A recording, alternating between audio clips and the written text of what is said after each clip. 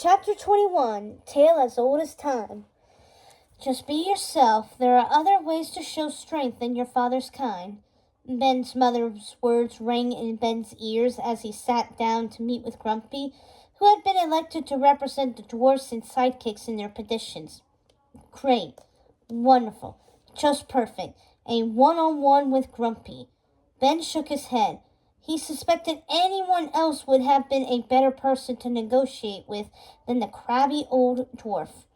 Last time they met, the infamous dwarf had been insulted by a sugar cookie.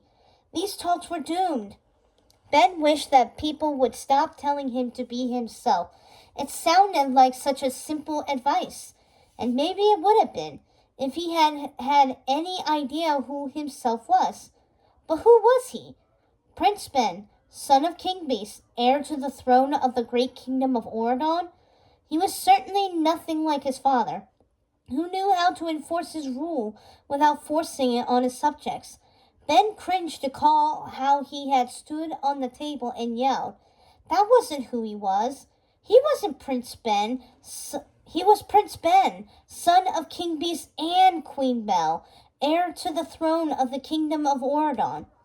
And if, like his father, he was meant to inherit the throne, then it would be on his own terms, as his father's son, and not just as his father's heir.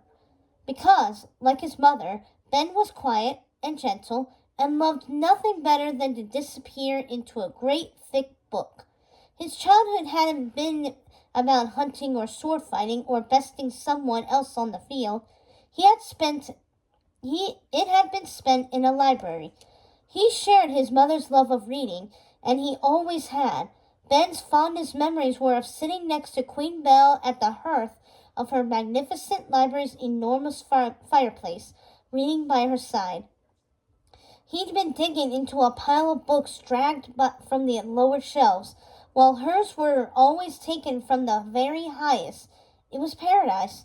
Once, when his father had discovered they had spent the entire day hiding in the library and scolded them for skipping out on a royal luncheon banquet for the sake of a story, his mother had mounted a passionate defense. But these aren't just stories, she'd said. They're whole kingdoms, they're worlds, they're perspectives and opinions you can't offer from lives you haven't lived. They're more valuable than any gold coin, and more important than any state luncheon. I should hope you, as king, would know that. King Beast's eyes had twinkled, and he had lifted Queen Belle into his powerful arms with one easy motion. And as you're my queen, I should hope you would know how much I love you for that. Then he'd gather up his young son, and the three of them had made a late lunch of cream cakes in the garden. Of course, Ben smiled. He hadn't thought about that day in a long time. He found himself thinking of it still as Lumiere ushered the older dwarf into the conference room.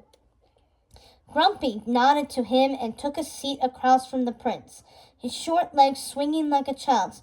What's this all about, young man? He coughed. I'm not in the mood for any of your tantrums. He eyed the table uneasily, as if the boy was about to leap on it, even now. The plate of sugar cookies and the goblet of cider in front of him, he left untouched. Thank you for meeting me today, said Ben.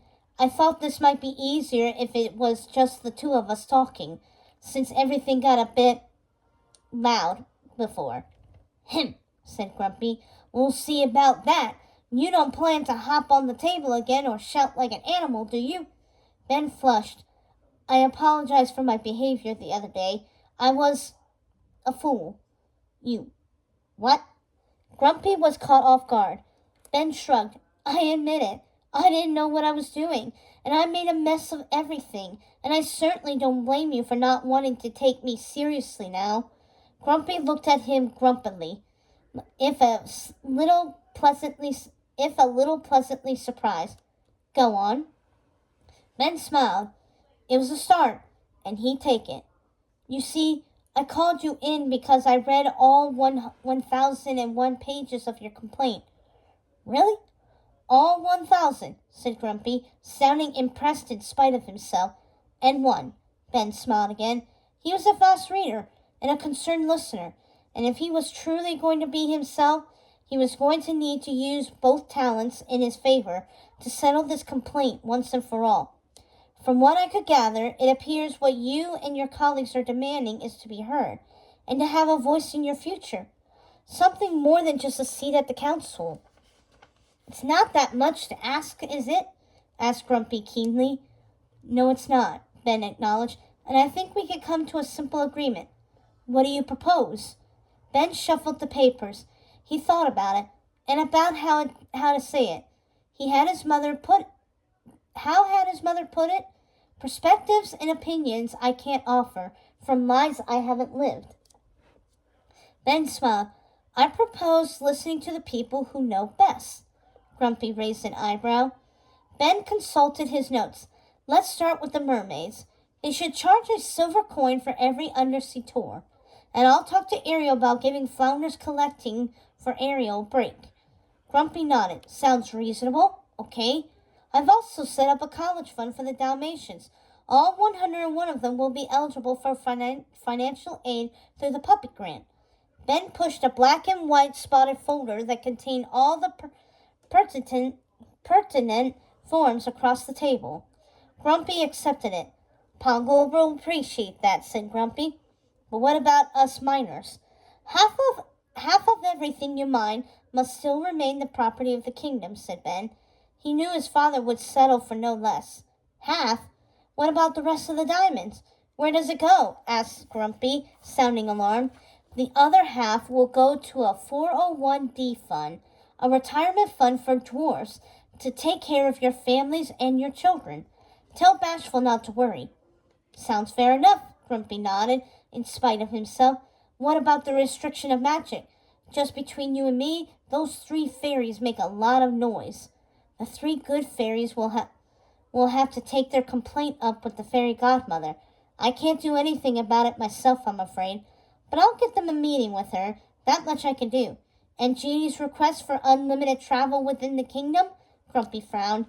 At this point, he looked like he was struggling to find things to still be grumpy about. Approved, so long as he clears his itinerary with the palace beforehand. That was a difficult concession to make, as his father did not want the blue-skinned maniac popping up everywhere without notice. But he had been able to convince King Beast that as long as the subjects were warned about Genie's arrival, all would be well. Grumpy folded his arms. What about the woodland creatures? They're working their paws and hooves to the bone. I've had a team install dishwashers, washer-dryers, and vacuum cleaners in every household. It's time we realize we're living in the 21st century, don't you think? Forest woodlands included? Meh, said Grumpy. I don't care much for modernity, but I think our furry friends will appreciate it. It's hard to do dishes by hand without, hands. Ben tried not to laugh. As for Mary and the mice, from now on, they will be well compensated with the finest cheese in the kingdom, from the king's own larders. Ben let the last paper drop. Fair enough, Grumpy nodded. So we have a deal? Grumpy put out his hand. Deal. Ben shook it. He was more relieved than he let on. At least he hoped he wasn't letting it on.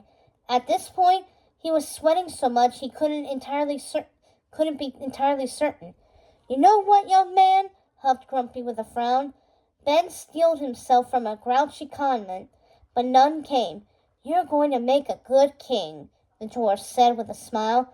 Give your father my best, and send your mother my love. I will, said Ben, pleased by how well the meeting had turned out. He pushed his own chair back from the ancient table. His work was done, at least for today.